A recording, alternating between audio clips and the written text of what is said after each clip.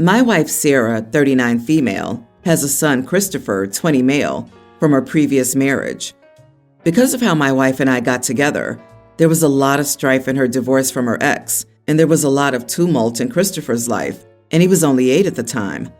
For a few years, my wife tried her best and tried everything to help him, but it was like the more she tried, the further away he got. It came to a head when he was 12, and she caught him trying to smoke, and then he almost broke her jaw when she tried to stop him. After that, she stopped trying to force the custody and just let him stay with his dad.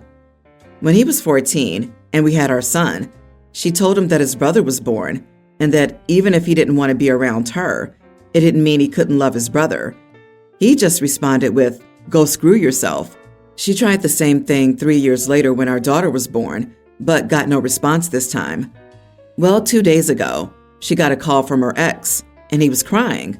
And apparently, Christopher is dying. He has cancer, and they found it very late.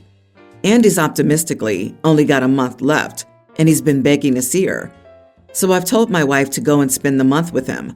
She can work online for a month, take a leave, or quit if they don't understand. However, she's refused, and she's used everything from work to needing to take care of our kids to even, what if it's just a trick to hurt me more, as excuses not to go. At the same time, she keeps crying, muttering about thinking she had more time, ignoring our kids, and looking at old photo albums of her and Christopher. It came to a head this morning when I caught her having a breakdown in her car before going to work. I begged her to reconsider when I saw, and she called me an idiot for trying to push her into going. I know he's not my son, and that I have no right over him, but not going is tearing Sarah apart. So am I the idiot for telling my wife to go and see her son before it's too late? A mother should never abandon her child, even at the risk of being hurt. She needs to grow up, be a mother, and see that boy. If he wants to hurt her again before he dies, who cares? If there's even the slightest chance her child needs her, then she better well step up and go to him. She's 100% a selfish idiot for hesitating on this. As his mom, her only job is to love him, no matter what. You're not the idiot for encouraging her to see him. She is an idiot and as selfish as a person can be. OP, support her no matter what her decision is. I presume she cheated on her husband with you, and that's why the son wants nothing to do with her, which is understandable, especially for a kid. However, she will regret not saying goodbye to her son for the rest of her life if she doesn't do it now, while she still can. Going is just more challenging to do. Not going is easier, but it will haunt her forever because she'll never know how it would have gone. She needs to get closure and say goodbye. I don't care if it was infidelity, but you were never in her shoes to experience all of this. It's her choice. Can I make a recommendation? Or a couple? Why on God's earth can't they have a phone call or a few before any visitation is planned? Your wife is very aware he could use this visit as an opportunity to be hateful to her, so I can see why she's hesitating. What if she does go, and the last thing she hears from him is something terrible? At least a phone call between them could at least set a tone. If you can convince her to visit, why don't you initially volunteer to go with her? You don't have to visit, but you could be with her for the trip. If she decides to stay longer, you could come home. Thank you for having some actual sanity. Some broken bonds are better off broken, and nothing can fix them. It's his wife's choice and only hers. Why does she have to stop her life for someone who chose to have no relationship with her for years other than to be angry and aggressive? Phone call, video call. If things seem good, consider a short trip. Society's too quick to push the family narrative that you always have to forgive and forget. There are plenty of estrangements out there that are safe and beneficial. Update. When our kids were born, it was not the only 2 times my wife tried to reach out and ask if he was ready to see her. It's just when our son was born was the only time that he responded. She tried until his graduation, when even his father tried to get him to invite her. She sent him money, presents, and everything for his birthdays. As for the incident when he was 12, he did so with a hockey stick and then kicked her when she fell. She forgave him for that because she knew what he was going through and he was her child, but she decided to stop seeing him then because she didn't want her presence in his life to make him more mad. She took him to therapy. She tried so much, but he was non-responsive then.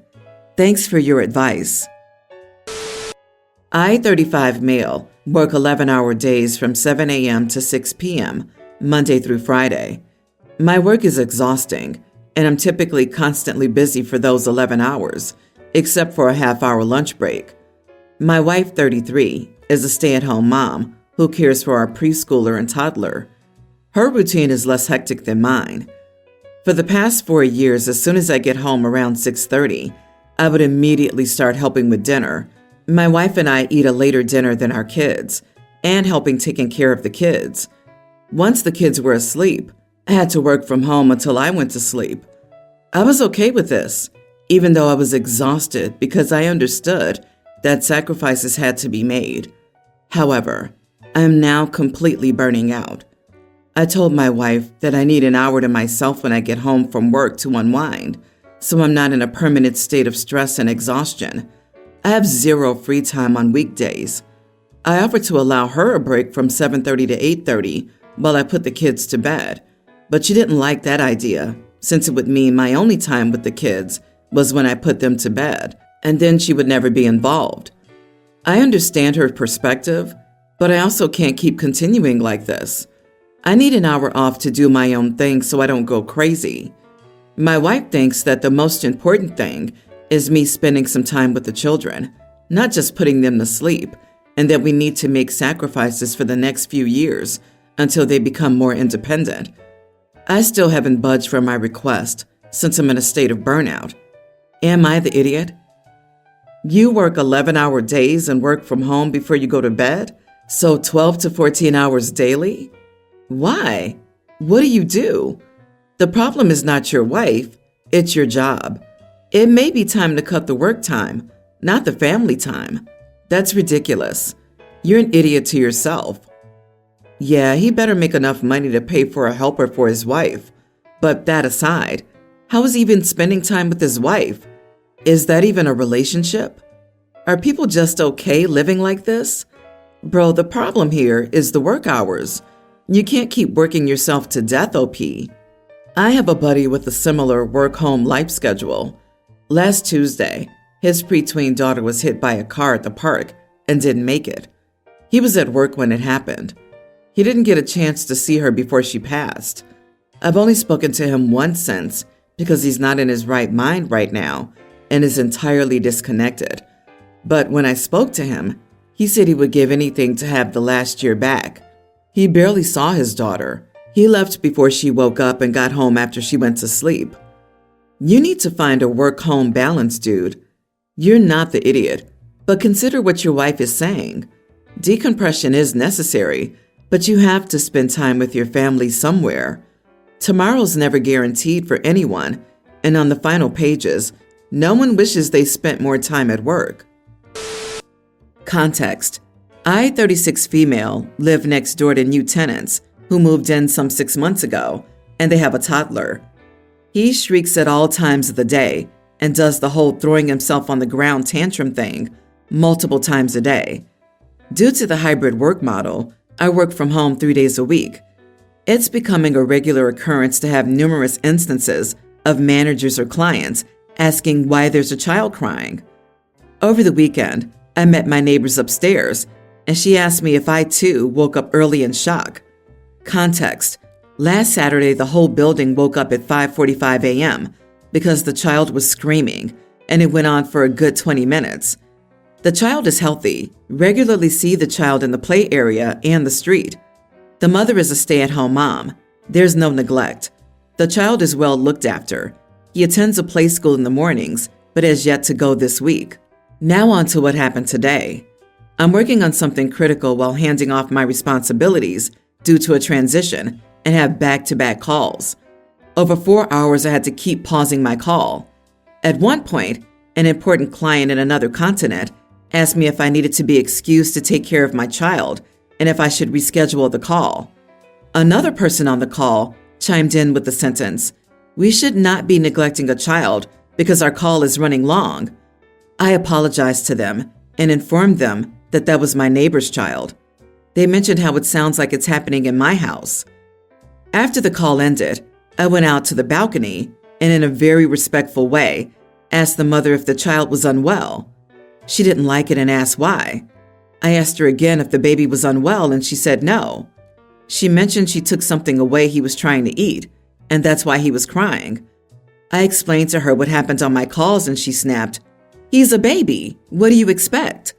I asked her if I didn't talk to the child's mother, who else would I speak to?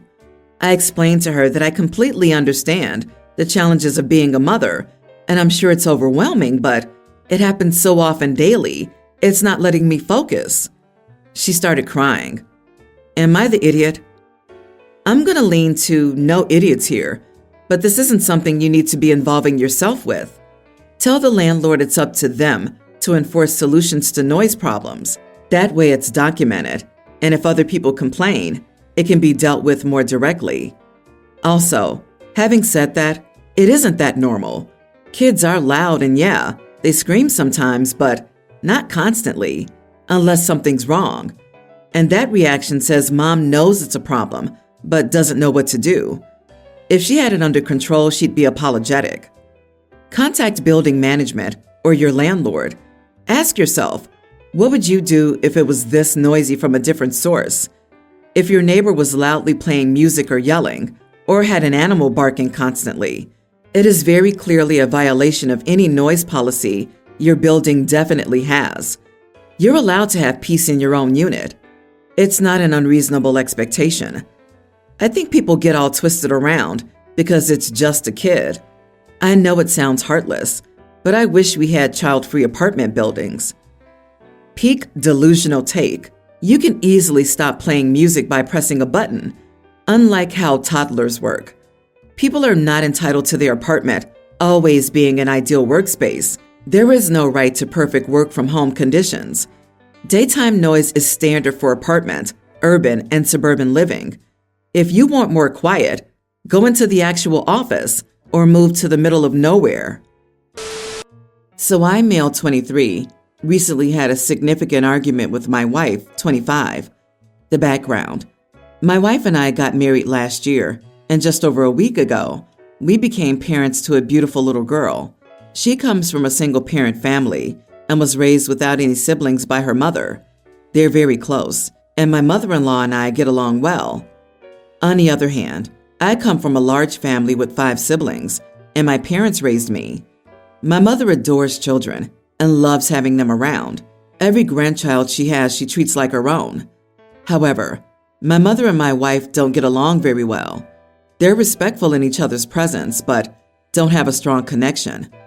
My wife made it clear that she didn't want my mother to visit us in the hospital, which I understood, given my mother's enthusiasm, especially with new grandchildren. I thought it was fair, since my wife was the one going through the hard work, and I was there to support her, not make demands. Here's where things get complicated. The delivery was painful and had several complications, lasting over 40 hours. My wife was exhausted afterward and was given medication to help her sleep. She was deeply asleep. During this time, I received a text from my mother, who lives nearby, asking how it went and if she could visit.